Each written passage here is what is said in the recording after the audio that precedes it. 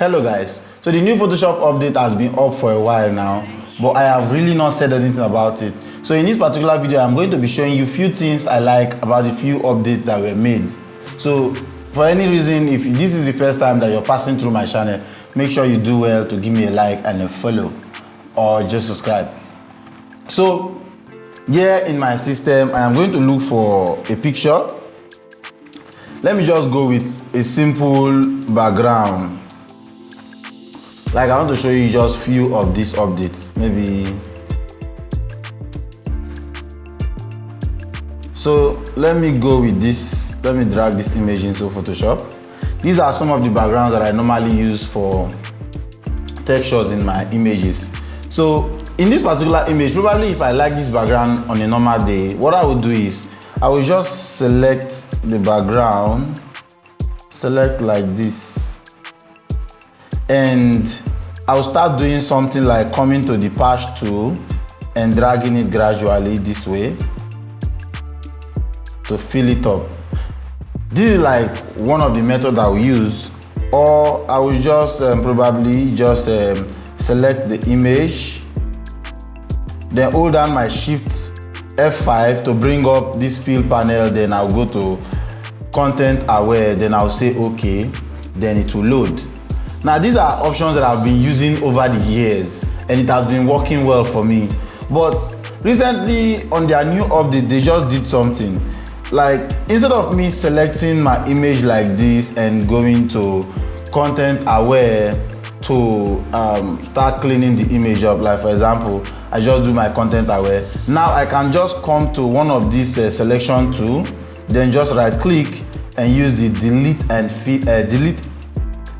fill selection option. If I click it like this, it will automatically delete and fill it. And I noticed that what this particular option do is almost perfect. Like 90% of the time is very okay. That is like one of my favorite things. I don't have to start running around to look for a way to fix it. It's very easy now. For those of us who like people's background, we just want to maybe probably clean up a lot of things. This will make it easy. Let me pick this other background also and do the same. Just select and delete. To take some time, but it's faster.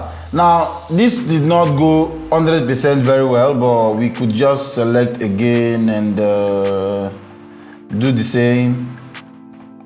Voila, it is done. Like, it's clean and it's perfect. It's looking very nice. This is one of my best tool. I'm going to open up another image. Like, I'm going to come and pick up one of my images. So let me say, let me go to this dude. Where is he? So I just want to look for an image that could be a little bit complicated.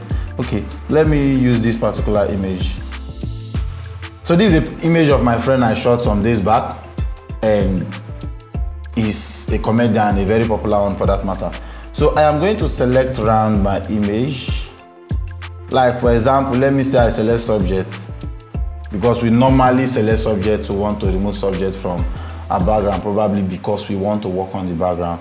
So now we select this subject. Now if we do our regular way of cleaning, removing image like this, if we just do content aware, Shift F5, and we say okay, sometimes it's going to work, but 90% of the time it gives us a very bad result and it takes a lot of time to load.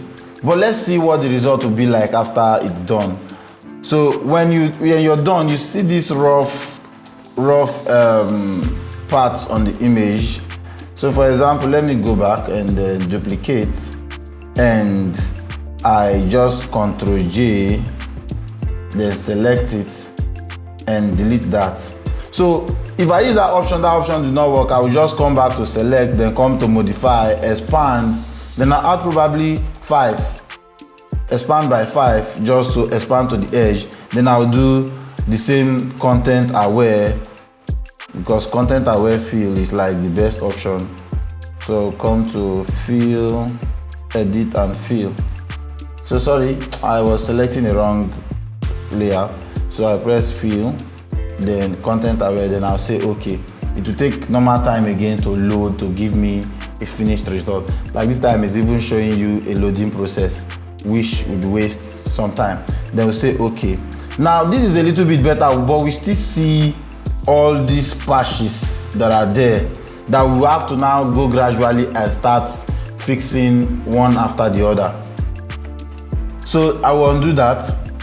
Then now this new option that came up, this new select and delete, as the image is selected, I'll just do like right click and say delete and fill selection.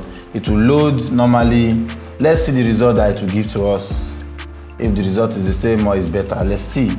Now it gave us a very good result, which is way better than what every other option has been given. And mind you, I also want to tell you that the selection on the new Photoshop, as you can see, it was just a normal selection I did with a subject selection. The subject selection tool now in Photoshop is way accurate than the previous years.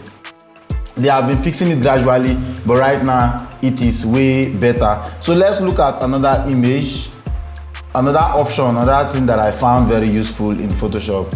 Let's say this, I bring this to Photoshop and open in a new space. There are a lot of changes that have been done in Photoshop, which I noticed, but changes like the whole black and white to color, the whole fixing of black and white image, neuro filters, are things that I don't use on everyday basis. So you don't expect me to start going through all those. I'll just go through things that I know photographers use every day, so that when you learn it, you can be able to use it, not to learn it and not use it. So I am going to go to camera raw. I'm going to Ctrl J, then open camera raw. That is where my next option is. So basically in our camera raw, we have been using camera raw for long, and we know how camera raw is. When we bring our images here, we have limited options to things that we can do. But right now, I can proudly announce to you that there are a lot of other things that you can now do in camera raw. First of all, when you come to these options here, you see create mask, select subject. Now in camera raw, you can now select subject. You can now replace sky. You can now work on your background separately. First of all, let's go with the select subject. When we go to our select subject, it will help us select the subject and create a mask for our subject.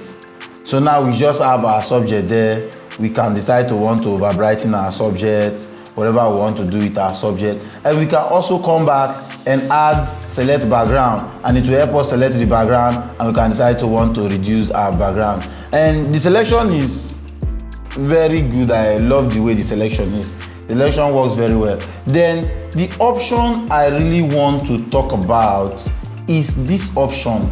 Let me go back first. Let me go back to the beginning. This option down here, select people. Mind you, this particular option, if you want to use it, I don't know if it is because of the Photoshop I'm using, but if you want to use it, you really have to make sure your internet connection is on, because the AI that is using is still connected to the net. Just like some of the neuro filters, you have to turn on your data, some you have to download them, some you have to use them online. This is the same way this is. The same way this is, sorry. So in this particular place, if you notice, it's showing you people and it's selecting the persons separately. This is like the most beautiful thing I've seen in Photoshop. I don't want to go to the luminosity mask range and luminosity mask and color range. I don't want to go into all of that, because those things are more used by wildlife photographers and the rest. Those are the people that use those things the most. So for our everyday use, these are the things that we use on a daily basis. That's why I really want to talk about it now. So if I click on the baby, it will load again and give me a lot of options like the eye, the nose, every other places that I could work with. So I can now come to the face. I can decide to want to work with the face. I can decide to want to work with the face and the body. I can decide to want to work on the eyebrow. If I select these two now, the face and the body, as you can see, the body is selecting the body very well, both of them. So if I say create, whatever I'm doing now will just affect just the baby, the face and the body. And you see that it did almost, the selection is almost perfect. You have a very nice selection there. I'm saying almost perfect because you don't expect it to always be 100% perfect. And you can also invert the mask and decide to allow it touch every other person and leave just that part of the baby, which is very, very nice. I can go back and say it is the mother of the baby I want. It to select, then it will load again and show me the nose, the mouth. If I say I want to work on the eyes, it will select just the eyes. The eyebrow, it will select just the eyebrow. Iris, it will select just the iris. The lip, it will select just, in fact, this is like the most amazing thing in this new Photoshop. So I don't think there is any other thing anybody wants to teach.